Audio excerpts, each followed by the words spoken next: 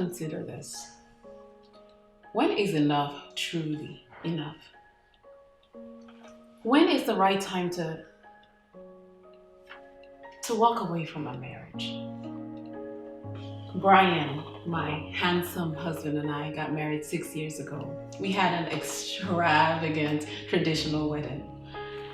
It was the trending topic on social media. I mean, what did you expect? Me, Shelly Graves, the eighth daughter and 16th child of a poor man, was finally getting married to Brian, my knight in shining armor.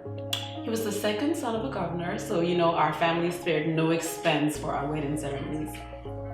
My mother, the fourth and last wife of my father, danced for joy as we completed our traditional marriage rites. The food, the drinks, the music, the arts, the culture, and just the overall magnificence of our union was out of this world. I vividly remember that morning when my grandmother, God rest her soul, came into my room and gently woke me up with a peaceful nudge. And then she spoke these words to me. Shelly, my dear, it is time. Just hearing those words, my heart just leapt for joy because I knew exactly what she meant. It was time for the traditional beautification process. So there I sat as the aged mothers surrounded me and bathed me in organic scented oils. My face, my arms, my feet, my hair all dripped in organic rich oils. Nothing but the best for the bride-to-be.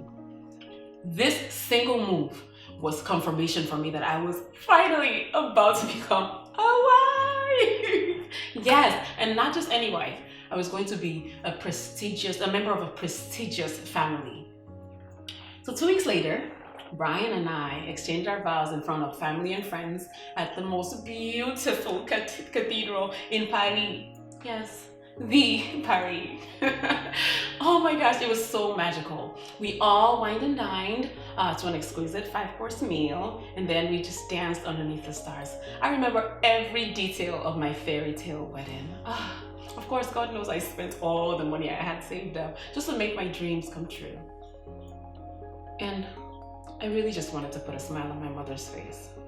Being the fourth wife of my father, she was always mocked and ridiculed by the other wives for not being able to give him a son.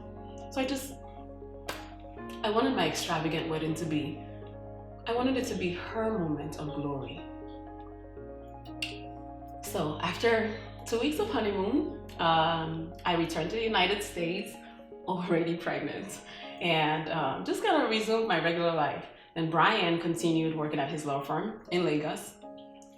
Fast forward maybe about a few months later, his papers came through and he was finally able to join me here in the States. Oh my goodness, no more lonely nights, no more WhatsApp video calls. He was live and direct right here with me in the flesh.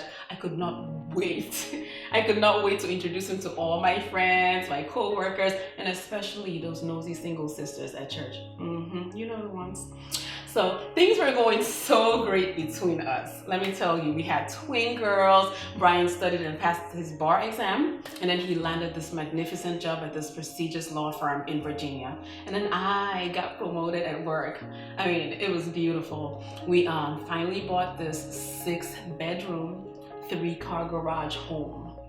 And then, things were just excellent between us. We were just living the American dream, and our little family was complete. Fast forward to a year later. We are cuddling in bed. Brian turns to me and says, "When are you going to have a male child for me?" I thought I was hallucinating. So I asked him to repeat the question. And he did. And I was shocked. Another child? After the two we just had were like less than a year old. In this American economy, I could not believe he was asking me to have a third child, and then a male child for that matter. I tried to reason with him, but he refused to listen. All he wanted was a son, someone to carry the ancestral family name on. So 6 months later, after a lot of hard work, we got pregnant again. Thank God, right? We were overjoyed. I mean, just on cloud nine. But that joy quickly evaporated when we went for the ultrasound. Guess what we were having? 2 babies again. And 2 girls, for that matter. Of course, Brian tried to keep his disappointment hidden. But I started crying because I knew I was in deep trouble. 2 babies? And 2 girls again? I mean, was I being punished? How was I supposed to take care of 4 children, all under the ages of 2? The diapers, the formulas, the clothes, my sanity. Our marriage started just going downhill from that appointment on. Brian started sleeping in the guest room, barely even looked at me. Our communication just basically went downhill. It was like non-existent. So one night, I think about 1 month to my due date, Brian comes home from work. And then he tells me that he's been put on a new case that requires him to do a lot of traveling and a lot of work hours. Do you know that the very next day he leaves? And I don't see or hear from him until after, the day after my scheduled C-section, which he knew about. 4 weeks of complete silence from my husband. No calls, no text message, no nothing for 4 weeks. So I'm coming home alone from the hospital with 4 children now. The mother of 4, 2 toddlers and 2 newborns. No help, no companion, no husband. Brian returns a whole week. A whole week later, he comes home. 3 months later, my mother came to the United States.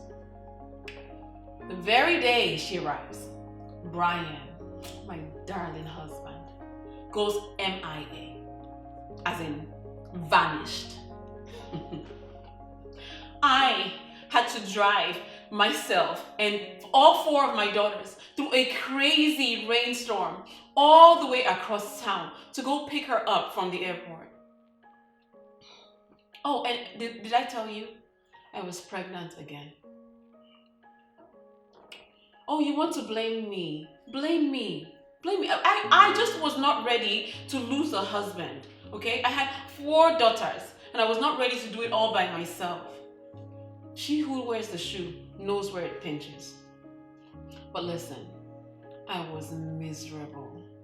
I mean, all these back-to-back pregnancies left my body out of shape and I hated my reflection in the mirror. But of course, Brian didn't care.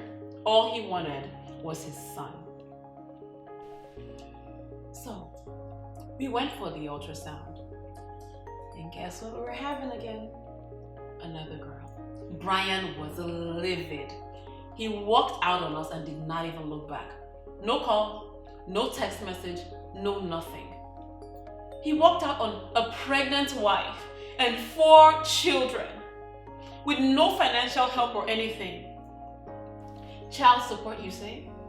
How do I collect child support from a man who doesn't even live in the same country?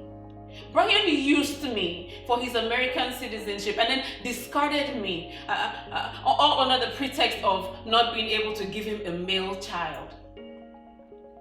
Where do I start from? I'm unemployed, I'm hopeless, and I'm alone with 4 children.